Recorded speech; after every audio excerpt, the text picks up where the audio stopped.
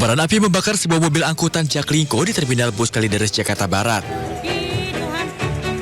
Peristiwa terjadi saat kendaraan Jaklingko jurusan Kalideres Muara Angke hendak parkir usai menurunkan penumpang. Namun secara tiba-tiba muncul percikan api di bagian mesin bawah bangku sopir hingga akhirnya api membesar dan menghanguskan seluruh badan mobil. Dari kabel korslet bang, mungkin karena kemarin kebanjiran atau gimana, kurang tahu sih bang.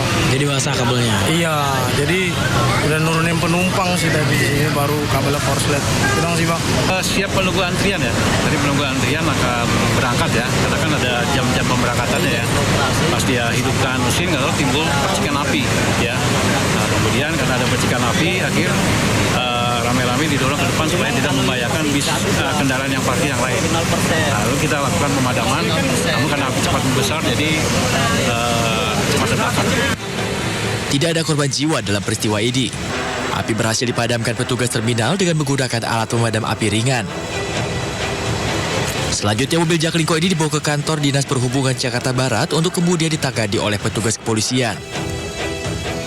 Dari Jakarta, Miftahul Gani, iNews melaporkan.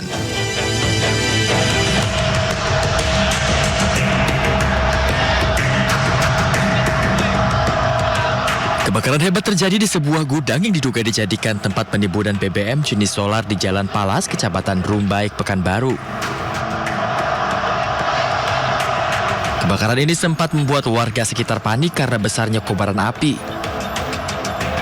Kebakaran ini menghanguskan 2 mobil tangki BBM, 1 pick-up, dan 2 tangki diduga berisi solar.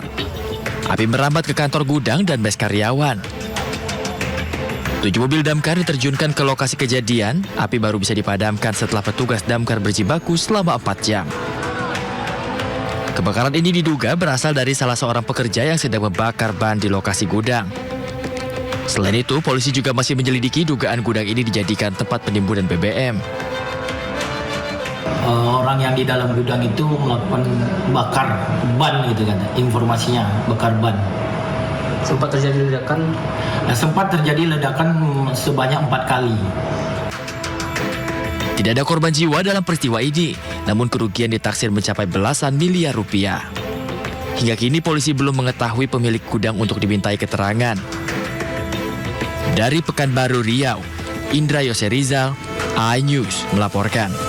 Pemirsa, kita awali Sindo Today dari informasi di mana Jumat dini hari ini pemirsa puluhan rumah warga Prepedan, Kamal Kalideres, Jakarta Barat masih terendam banjir dengan ketinggian 70 cm.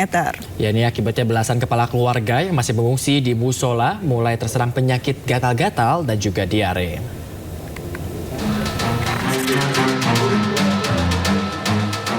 Kondisi permukiman warga RT 06 RW 09 Prepedan Kamal Kalideres, Jakarta Barat hingga Jumat dini hari masih tergenang banjir.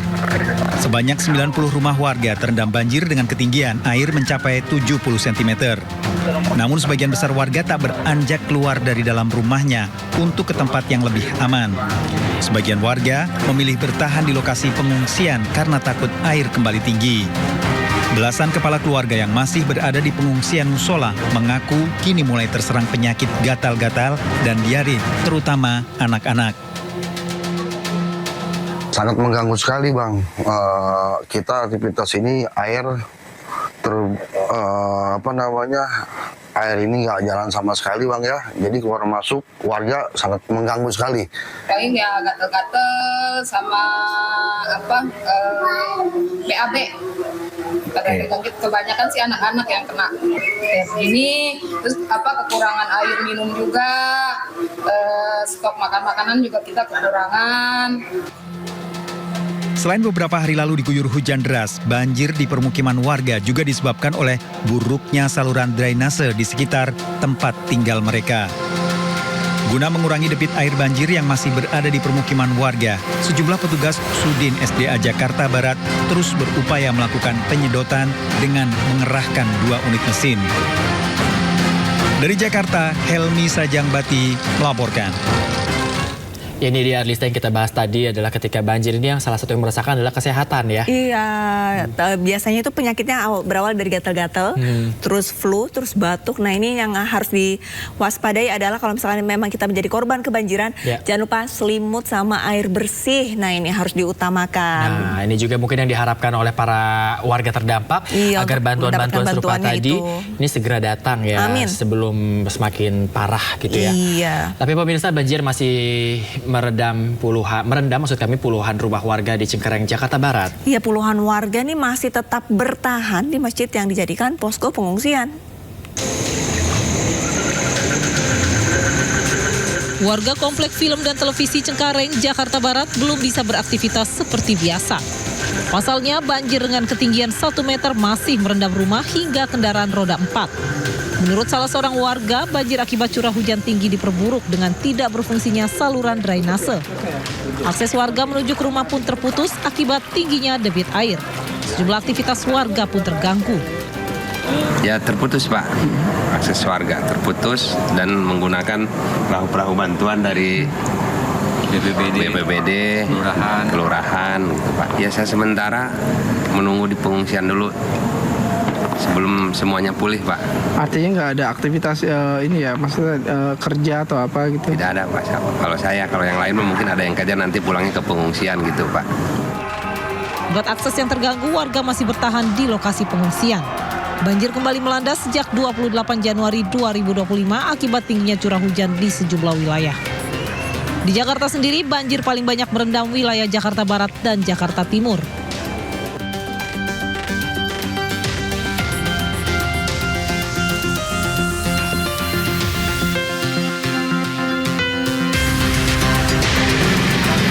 Dari Jakarta, Miftahul Gani melaporkan. Ya, sementara itu pemirsa dan Bayu, ini sudah 3 hari puluhan rumah warga di Kebonpala, Kampung Melayu ini masih terendam banjir hingga 1,5 meter lebih. Banjir ini diduga dari luapan Sungai Ciliwung yang mengakibatkan warga sulit beraktivitas dan harus menggunakan lantai atas dari tempat tinggalnya sebagai tempat untuk istirahat. Puluhan rumah di wilayah Kebonpala, Kelurahan Kampung Melayu, Kecamatan Jatinegara terendam banjir kiriman yang diduga datang dari luapan Sungai Ciliwung buntut tingginya intensitas hujan sejak 3 hari yang lalu. Meski sempat surut, air kembali naik di saat hujan deras mengguyur Jakarta pada malam hari. Meskipun telah 3 hari terendam banjir, namun warga dari 2 RT yang terdampak banjir ini tetap memilih untuk tetap tinggal di rumah mereka dan tidak mengungsi.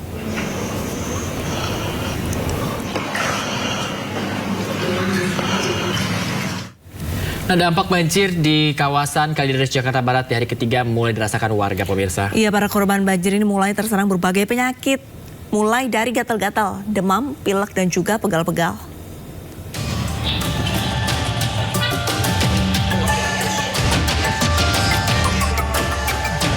Warga korban banjir ramai mendatangi posko pengobatan gratis Puskesmas dan Bidokes Polres Metro Jakarta Barat di Rusun Tegal Alur Kalideres, Jakarta Barat. Warga mengeluh berbagai penyakit akibat terkena air banjir. Banjir yang melanda kawasan Tegal Alur Kalideres menyebabkan warga terpaksa melawan air keruh rawan penyakit. Meski sudah diungsikan ke tempat yang lebih aman, namun sejumlah penyakit seperti gatal-gatal, demam, pilek, dan pegal-pegal menyerang warga lansia dan anak-anak. Kelurahan Tegal Alur merupakan kawasan di Jakarta Barat yang terparah diterjang banjir dengan ketinggian air mencapai 1 meter. Iya, jadi tulang pada gimana sih? Cimpe nggak karanggenanya kayak dibakar gitu. Oh, karena kedinginan? Iya. Ya, kemarin ada dokter cuma belum ngungsi. Jadi keluhannya apa tadi? Batuk, pilek, yang panas, demam. Untuk wilayah yang lokasi banjir yang tinggi itu di wilayah Tegal Alur, lebih kurang 80 cm. Dan sampai sekarang sudah mulai berangsur surut. Terdampak itu lebih kurang ada sekitar 800 jiwa ya. Warga terdampak banjir mencapai 800 jiwa yang tersebar di 12 titik pengungsian seperti di rusun, sekolah, dan musola di kawasan Tegal Alur. Warga mendapatkan obat-obatan, vitamin, makanan siap saji, serta perlengkapan bayi.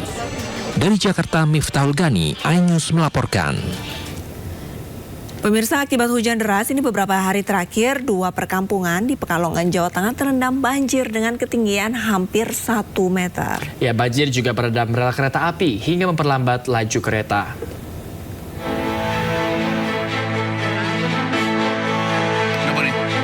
Banjir masih merendam perkampungan di Pasir Keraton Kramat dan Kampung Baru, Kelurahan Tirto, Kota Pekalongan, Jawa Tengah. Ratusan rumah di bantaran Sungai Bremi kembali terendam banjir dengan ketinggian air 60 hingga 80 cm. Dampaknya warga tidak dapat beraktivitas karena kondisi rumah dan jalan terendam air. Tingginya debit air menyebabkan rel kereta api juga tergenang air. Laju kereta harus diperlambat saat melewati lokasi rel yang terendam. Sebagian warga bertahan di rumah karena belum ada tempat pengungsian yang disediakan pemerintah. Udah banjir dari kemarin ini. Ini lebih tinggi lagi? Lebih tinggi. Gimana untuk warga, gimana aktivitasnya? Ya biasa. Nggak pada ngungsi nih, Mas? Belum ada yang ngungsi ini. Kenapa? Ya mungkin ada barang-barang yang belum diberesin. Ya. Takut hilang atau gimana gitu? Iya. Mau ngungsi. Mau ngungsi? Ya. Gimana? Banjirnya udah tinggi? Udah segini dalam rumah. Di dalam rumah? Iya. Nggak bisa ngapa-ngapain? Nggak bisa. Masak bisa nggak? Nggak bisa sama nggak bisa. sekali. Tidur? Ya. Nggak bisa. Nggak bisa ya? Udah nggak bisa sama sekali. 2 perkampungan ini memang langganan banjir saat musim hujan. Penyebabnya tanggul rendah dan mesin pompa yang minim. Dari Pekalongan, Jawa Tengah, Suryono Soekarno melaporkan. Pemirsa, angin puting beliung menerjang permukiman di daerah Cilacap, Jawa Tengah. Ya, kencangnya angin hingga menerbangkan atap bangunan warga. Ilah, ya Allah. Astagfirullah, ya Allah. Angin kencang menerjang permukiman warga di Desa Sidamukti, Cilacap, Jawa Tengah. Angin memporak-porandakan apapun yang dilewati. Atap bangunan sekolah Madrasah Ibtidaiyah hancur diterpa angin membuat warga panik dan ketakutan. Di lokasi lain, 1 unit kendaraan rusak. Pada bagian kaca depan tertimpa angin kencang ini yang terjadi begitu tiba-tiba tanpa adanya hujan. Berdasarkan data dari perangkat desa Sidamukti, angin puting beliung merusak 40 rumah warga dan sejumlah fasilitas umum. Rata-rata kerusakan pada bagian atap. Di sebelah timur tuh ada angin dari utara tuh ke selatan. Nah, saya lihat ke atas tuh ada mendung, muter mendungnya dari utara ke selatan terus langsung ke barat. Dari barat ada angin juga, langsung muter tembok di sini tuh. Saya lihat ada puing-puing pada terbangan ke atas.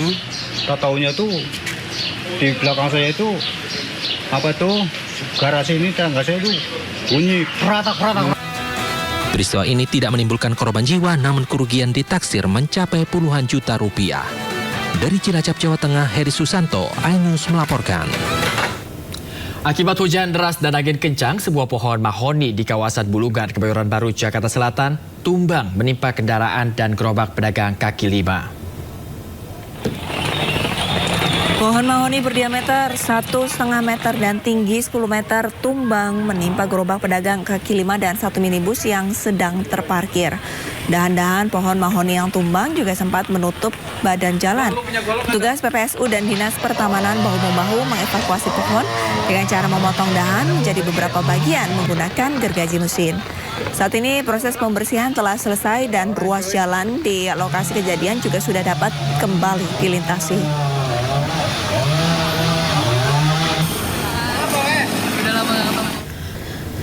Kita beralih ke informasi lain, pemirsa. Seorang oknum TNI berpangkat Praka menjadi korban pengeroyokan oleh warga yang diduga merupakan anggota Ormas Kepemudaan. Ya, keributan ini ditegarai oknum TNI yang menegur warga ketika menggeber-geber sepeda motornya.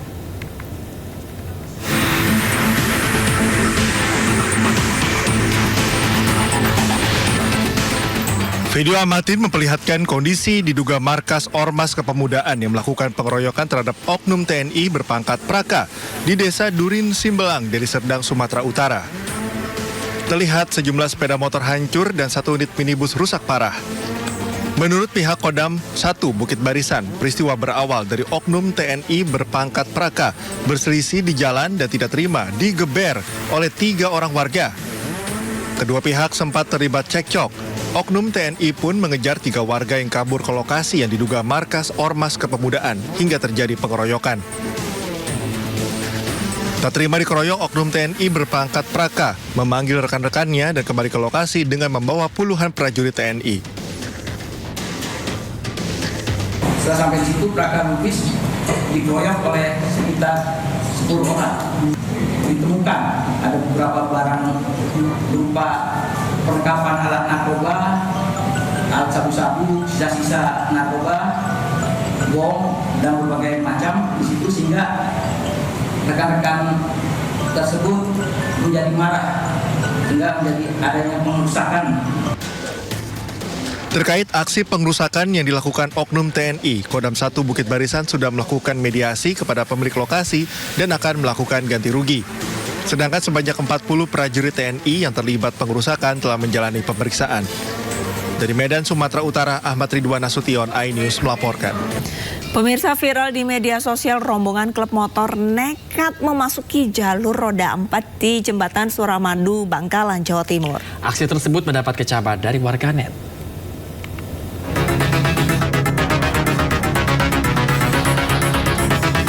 Viral rombongan klub skuter masuk Jembatan Suramadu di Bangkalan, Jawa Timur. Ironisnya mereka melintasi jalur yang diperuntukkan kendaraan roda 4. Aksi klub skuter ini pun menuai kecaman warganet karena dinilai memberi contoh tak baik bagi para pengendara sepeda motor lainnya. Saat ini polisi sedang menelusuri identitas para anggota klub motor ini guna memberi teguran maupun sanksi sesuai aturan yang berlaku. Menelusuri pihak-pihak mana atau nomor polisi mana saja yang masuk ke dalam jalur roda 4 tersebut. Nanti pasti kita akan tindak lanjuti. Polisi saat ini sedang memperketat patroli di sepanjang kawasan Suramadu, utamanya di jalur roda 2. Polisi juga berencana untuk mendirikan pos terpadu dan memasang portal di pintu masuk Jembatan Suramadu. Dari Bangkalan, Jawa Timur, Taufik Syahrawi, iNews melaporkan.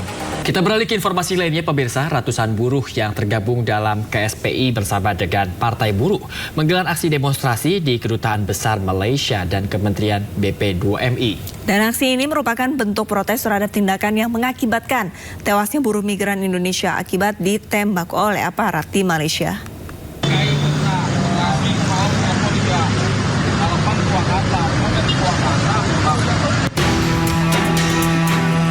Kamis pagi, kantor Kedutaan Besar Malaysia dipadati oleh massa dari Konfederasi Serikat Pekerja Indonesia atau KSPI yang berdampingan dengan Partai Buruh melakukan aksi unjuk rasa dengan 3 tuntutan.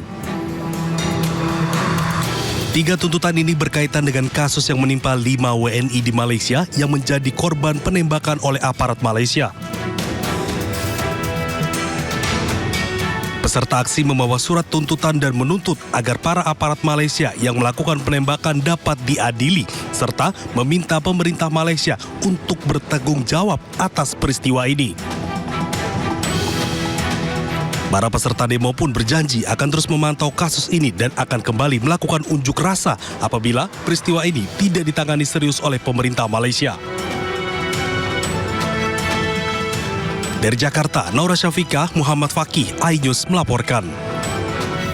Pemirsa, sebelumnya pemerintah Indonesia telah memprotes penembakan terhadap pekerja migran Indonesia oleh aparat Malaysia. Pemerintah meminta Malaysia mengusut tuntas kasus tersebut. Basri, WNI asal Riau ini menjadi korban penembakan Agensi Penguat Kuasaan Maritim Malaysia atau APMM pada Jumat 24 Januari lalu di perairan Tanjung Ru, Selangor, Malaysia dan menimpa 6 imigran asal Indonesia. Basri tewas dalam insiden ini. Pemerintah Indonesia pun mengecam dan mendesak Malaysia mengusut tuntas kasus penembakan tersebut. Ya, jadi kami mendorong agar penyelidikan ini bisa dilakukan secara komprehensif ya, agar informasinya bisa terang benderang, bisa transparan, sehingga ketahuan apa yang sebenarnya terjadi. terjadi. Tapi yang pasti yang kami lihat di sini ada dugaan penggunaan kekuatan berlebihan. Karena sebetulnya kalau bicara soal pekerja migran ini kan bisa hanya ditangkap aja atau gimana, tidak perlu sampai penggunaan sampai ditembak seperti itu ya, sampai apalagi ada yang juga. Dari hasil investigasi sementara, penembakan dilakukan oleh Otoritas Maritim Malaysia, Agensi Penguat Kuasa Maritim Malaysia. Penembakan dilakukan di perairan Tanjung Ru, Malaysia.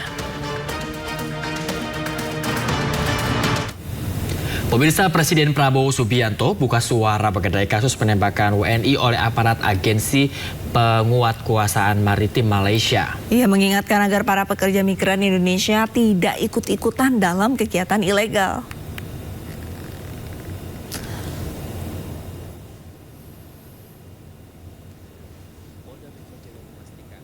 Propam akan menyelesaikan penyidikan dan menggelar.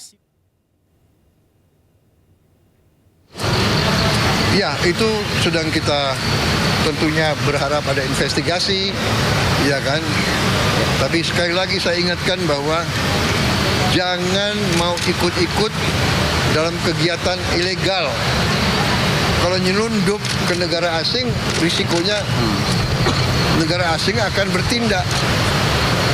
Jadi rakyat kita jangan mau dibohongi oleh sindikat-sindikat yang berjanji ini, berjanji itu. Ya, kita waspada, kita ingatkan, tapi kita juga yakin bahwa pihak Malaysia akan melaksanakan penyelidikan yang terbaik.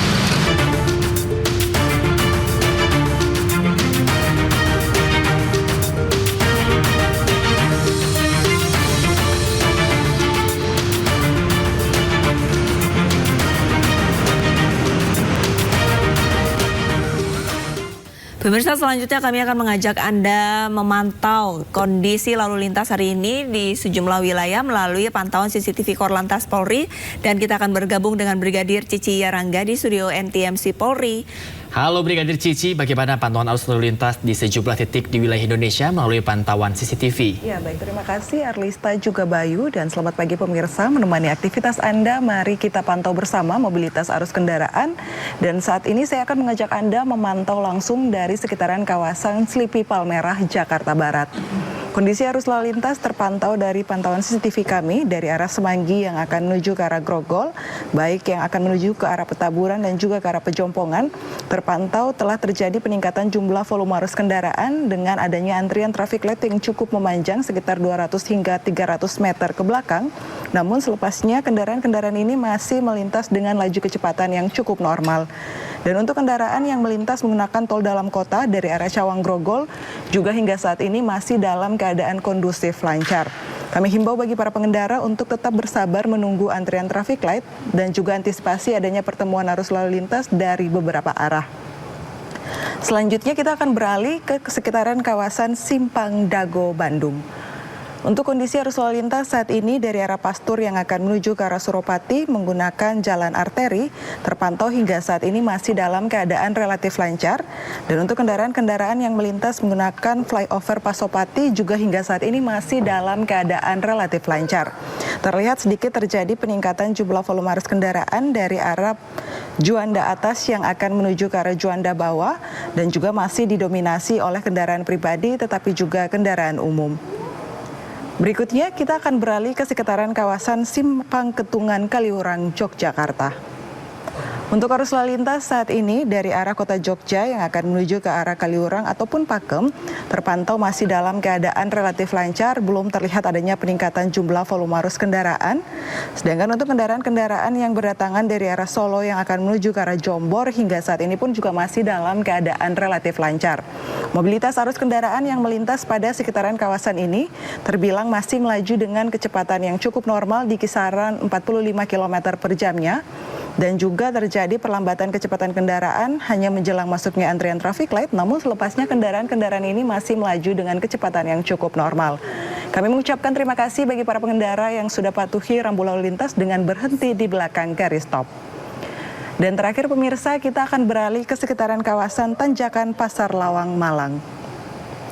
Arus lalu lintas dari arah Surabaya yang akan menuju ke arah Malang dan sebaliknya hingga saat ini terbilang dalam keadaan relatif lancar. Selain didominasi oleh aktivitas kendaraan yang berlalu lalang, ada juga aktivitas masyarakat pada sekitaran kawasan ini. Untuk itu dihimbau kepada para pengendara tetap berhati-hati dikarenakan jalur yang mengarah ke Surabaya terdapat banyaknya aktivitas masyarakat dikarenakan adanya kawasan pasar. Pemirsa, juga perlu kami informasikan bahwa berdasarkan data RSMS Korlantas Polri, angka kecelakaan lalu lintas yang kami terima selama 1 kali 24 jam di seluruh Indonesia telah terjadi sebanyak 189 kasus laka lantas dengan rincian 27 meninggal dunia, 26 luka ringan, dan 272 luka ringan. Dari 180 kasus laka lantas tersebut, 73% didominasi oleh kendaraan roda 2. Untuk itu khususnya bagi para pengendara sepeda motor dihimbau untuk selalu mematuhi rambu lalu lintas dengan tidak melawan arah, tetapi bagi para pengendara dan juga pengemudi untuk selalu menggunakan helm SNI. Selalu patuhi aturan dalam berlalu lintas demi terciptanya keamanan, keselamatan, ketertiban, dan kelancaran lalu lintas.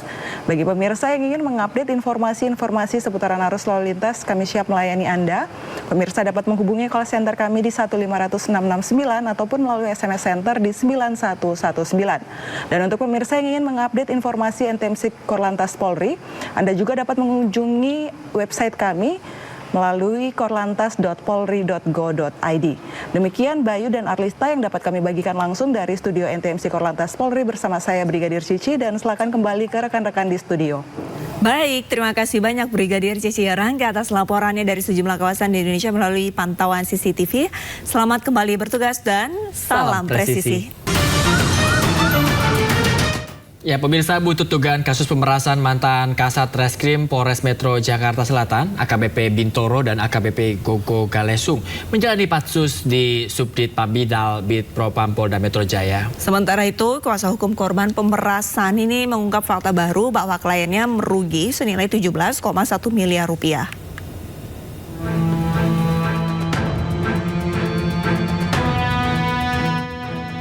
Polda Metro Jaya memastikan Propam akan menyelesaikan penyidikan dan menggelar sidang etik terhadap mantan Kasat Reskrim Polres Metro Jakarta Selatan, AKBP Bintoro, dan juga AKBP Gogo Galesung terkait kasus dugaan pemerasan. Korban pemerasan juga telah diklarifikasi terkait adanya keterlibatan pihak selain AKBP Bintoro. 4 oknum polisi termasuk AKBP Bintoro serta AKBP Gogo Galesung menjalani penempatan khusus di Subdit Paminal Bid Propam Polda Metro Jaya sejak tanggal 25 Januari 2025. Terhadap yang bersangkutan dan 3 orang lainnya telah dimutasi dari jabatannya dan telah dilakukan penempatan khusus atau patsus di Bid Propam Polda Metro Jaya. Selanjutnya Bid Propam Polda Metro Jaya akan menyelesaikan penyelidikan dari Bid Propam Polda Metro Jaya bersama nanti dengan Paminal dan segera menyelenggarakan sidang kode etik terhadap yang bersangkutan. AKBP Bintoro membantah pernah berkomunikasi dan telah melakukan pemerasan 20 miliar rupiah kepada tersangka kasus pembunuhan AN yang merupakan anak dari bos sebuah klinik kesehatan dengan iming-iming menghentikan penyidikan. Sementara kuasa hukum tersangka pembunuhan AN dan B menyebut kliennya mengaku merugi senilai 17,1 miliar dan meminta Bintoro untuk mengembalikannya. Bukti-buktinya nanti akan kami bawa ke persidangan, ya, ke persidangan. Bukan bukti yang disampaikan yang beredar sama sekali 20 miliar. Yang ada adalah pengakuan klien kami dengan surat pernyataan itu 17,1 miliar.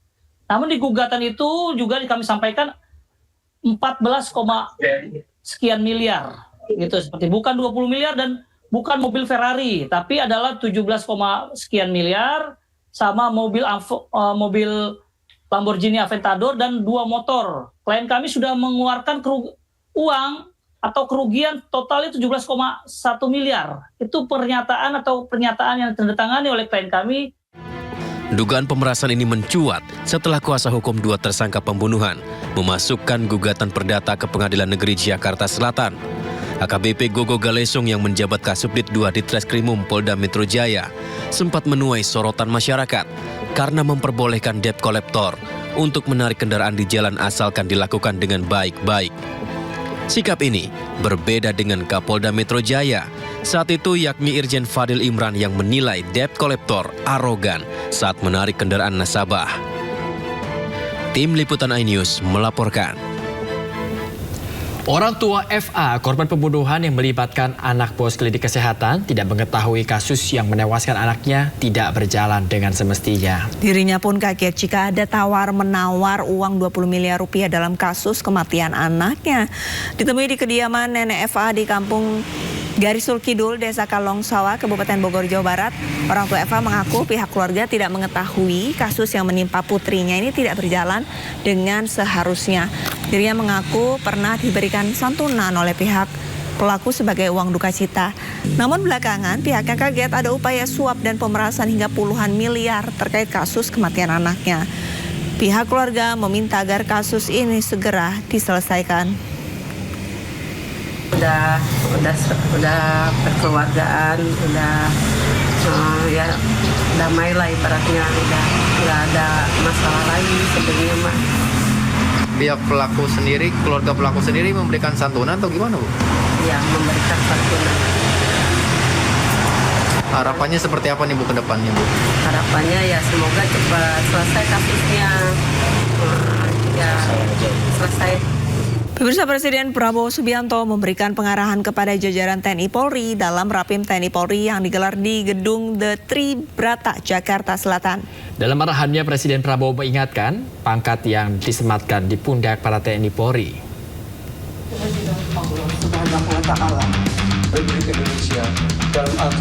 Presiden Prabowo Subianto hadir memberikan pengarahan kepada ratusan perwira tinggi TNI Polri dalam acara Rapim TNI Polri di Gedung The Tribrata, Jakarta Selatan.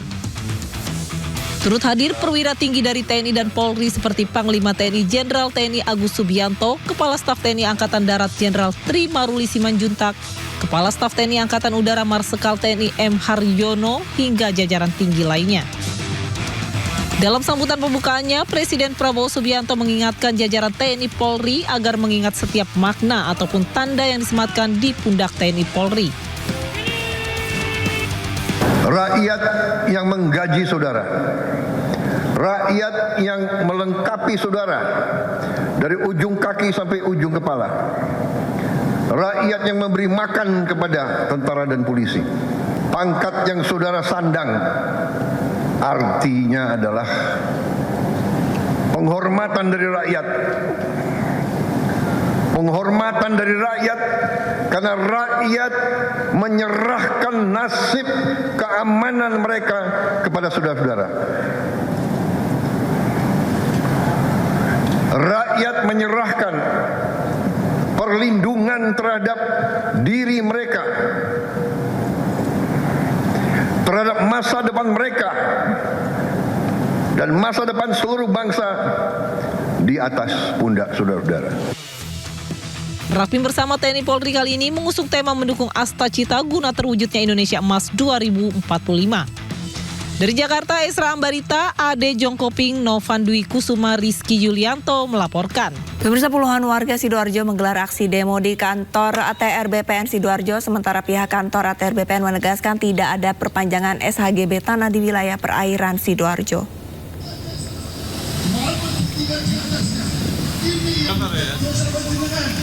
Adanya 657 hektar tanah di wilayah perairan Sidoarjo yang dimiliki 2 perusahaan properti melalui surat hak guna bangunan yang diterbitkan BPN mulai menuai protes warga Sidoarjo. Mereka menuntut pertanggungjawaban pihak kantor ATR BPN Sidoarjo terkait terbitnya surat HGB atas tanah yang ada di wilayah perairan Sidoarjo yang beritanya viral di sejumlah media massa dan media sosial.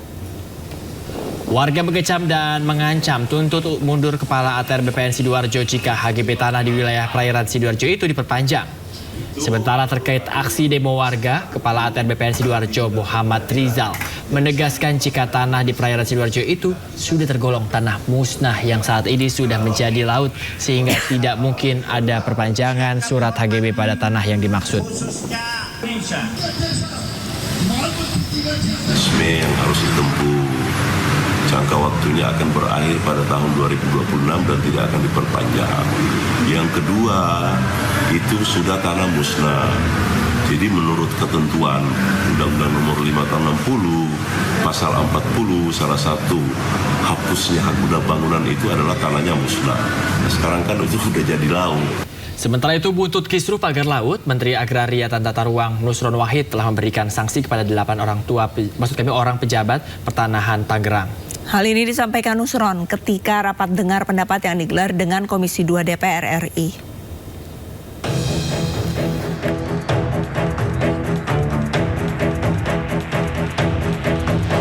Menteri Agraria dan Tata Ruang Nusron Wahid mencopot 6 pejabat di lingkungan kantor pertanahan Kabupaten Tangerang.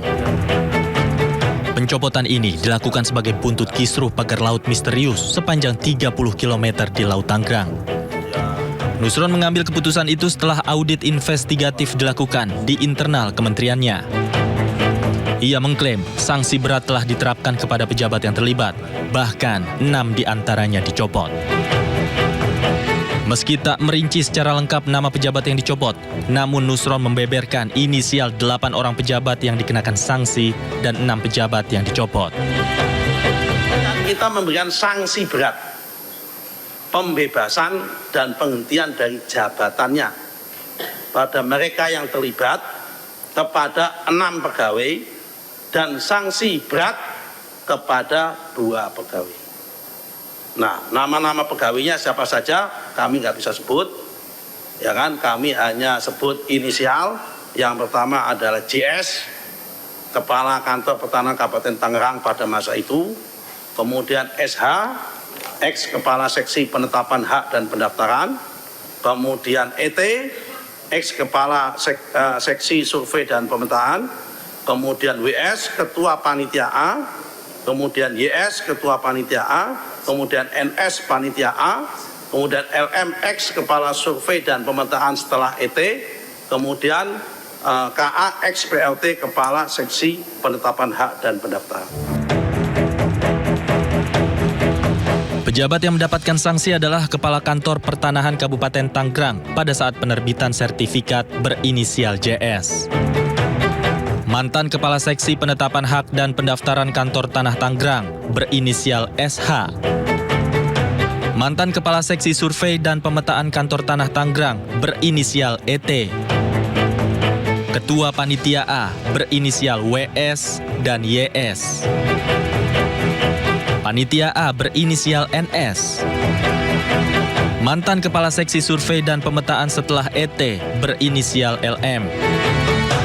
Dan yang terakhir adalah mantan PLT Kepala Seksi Penetapan Hak dan Pendaftaran Kantor Tanah Tangerang berinisial KA. Dari 8 orang yang diperiksa, 6 orang diantaranya dicopot oleh Nusron karena dianggap telah menerbitkan SHGB pagar laut yang tidak sesuai dengan aturan.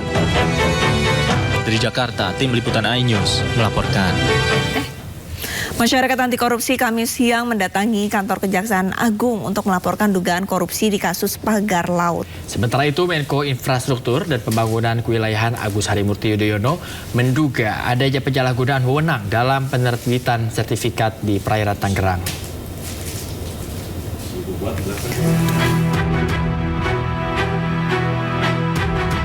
Kasus pagar laut di Tangerang memasuki babak baru. Sejumlah pihak mencium aroma korupsi dalam penerbitan sertifikat pagar laut di perairan Tangerang tersebut.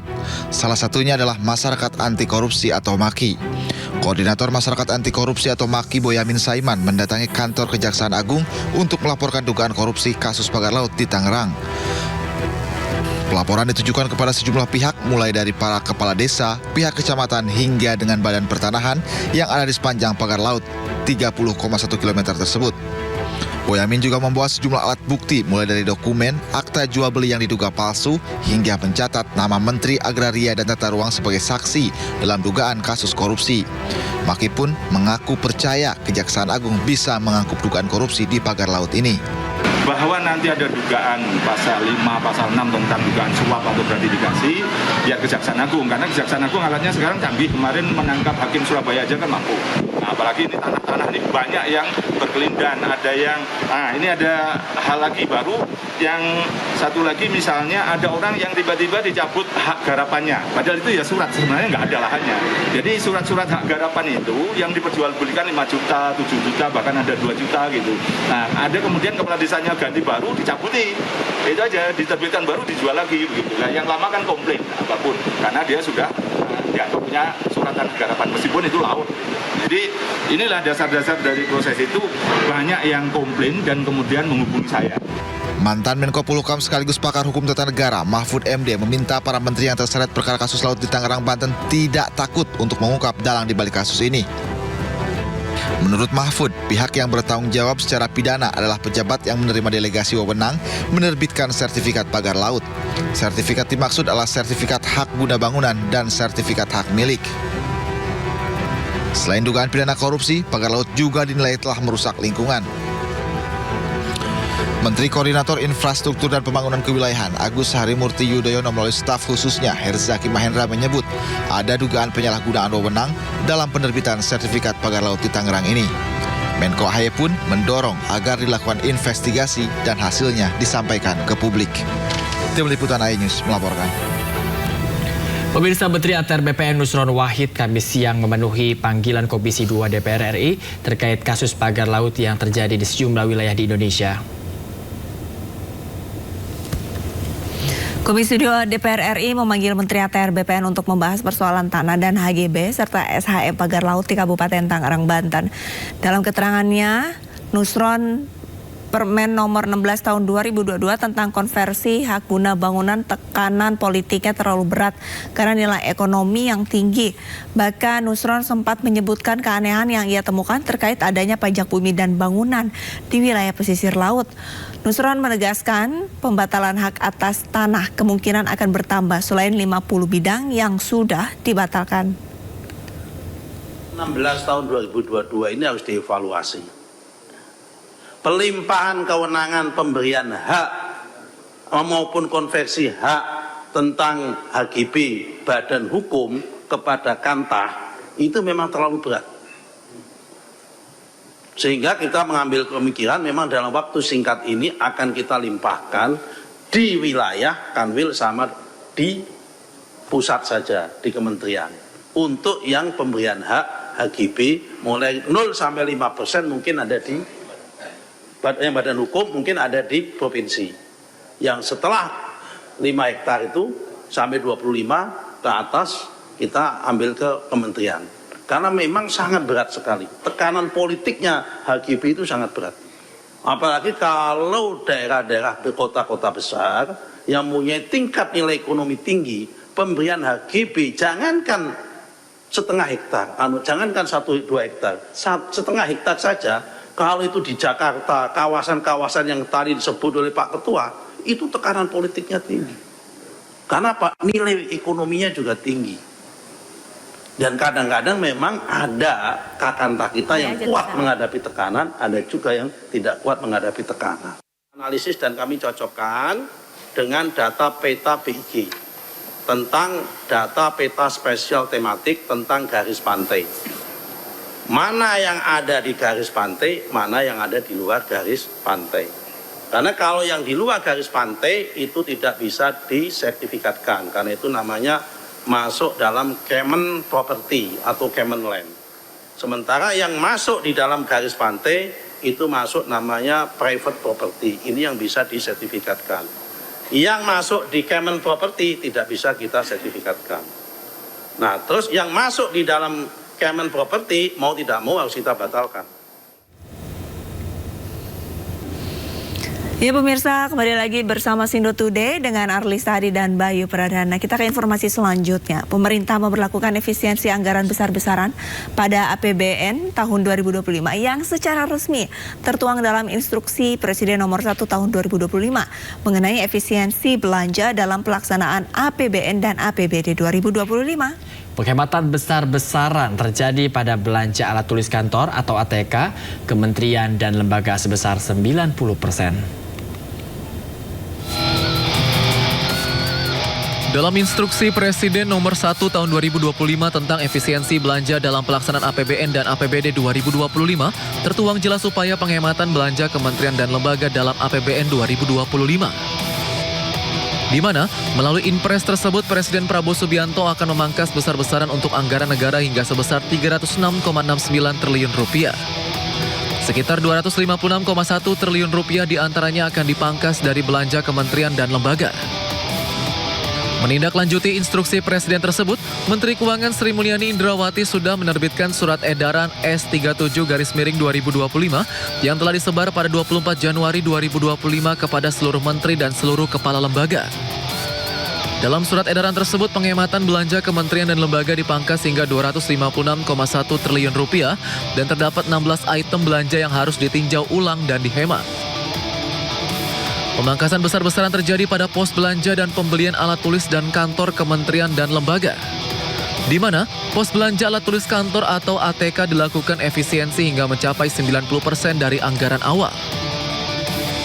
Presiden Prabowo menekankan pengeluaran belanja ATK untuk seluruh kementerian dan lembaga ini jumlahnya mencapai 44,4 triliun rupiah.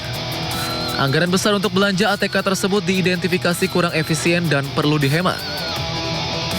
Selain alat tulis kantor, terdapat 16 item belanja yang harus dihemat dan dipangkas jajaran kementerian dan lembaga. Mulai dari belanja percetakan dan souvenir, sewa gedung, sewa kendaraan, jasa konsultan, perjalanan dinas, hingga belanja peralatan dan mesin harus dihemat dan dipangkas besar-besarnya. Penghematan secara besar-besaran ini diterapkan Presiden Prabowo dalam penggunaan APBN tahun 2025. Di mana efisiensi belanja kementerian dan lembaga ini akan dialokasikan ke manfaat yang lebih prioritas.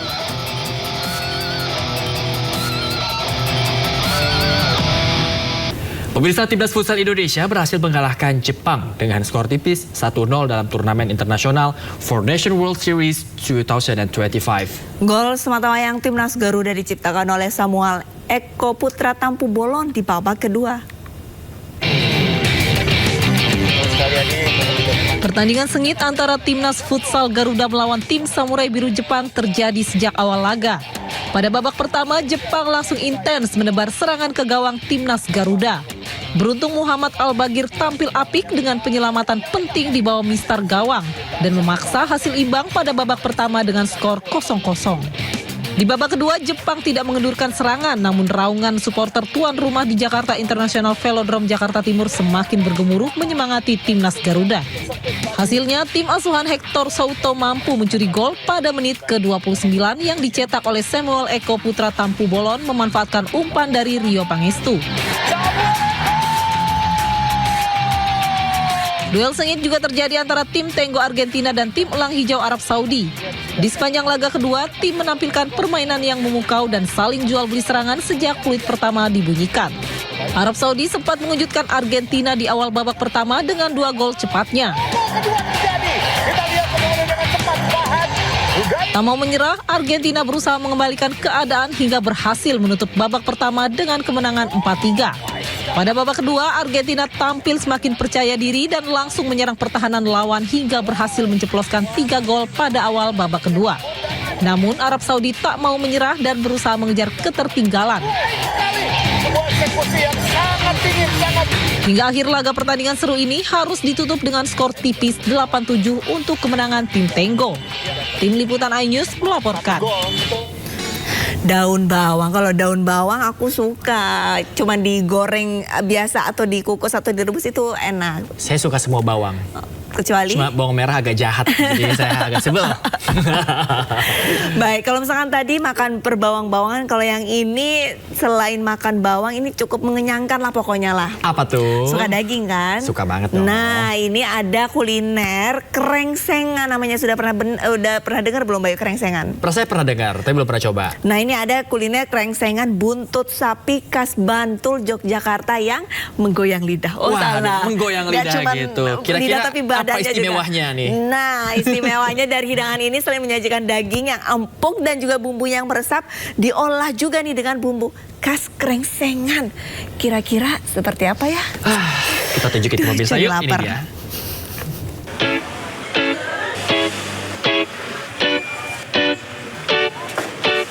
Krengsengan buntut sapi ini begitu menggugah selera.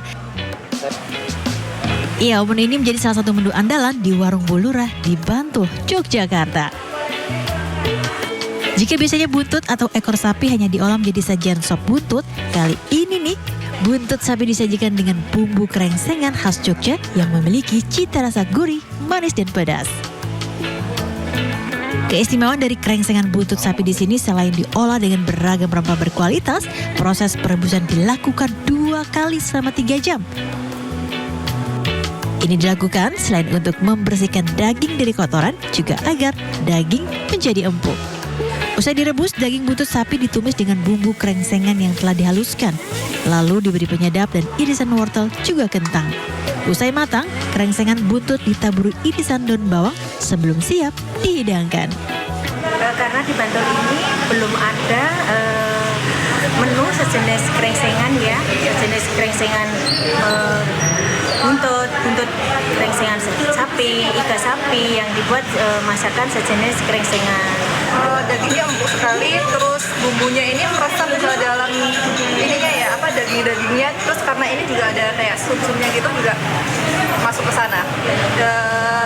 Rasanya sedikit gurih, berbeda gimana gitu dari masakan-masakan biasanya. Tanya itu, tempat ini juga menyajikan sajian krengsengan lainnya seperti krengsengan iga dan daging sapi. Untuk bisa mencicipi kelezatan krengsengan buntut sapi, Anda hanya perlu merogoh kocek Rp35.000 per porsi. Murah kan?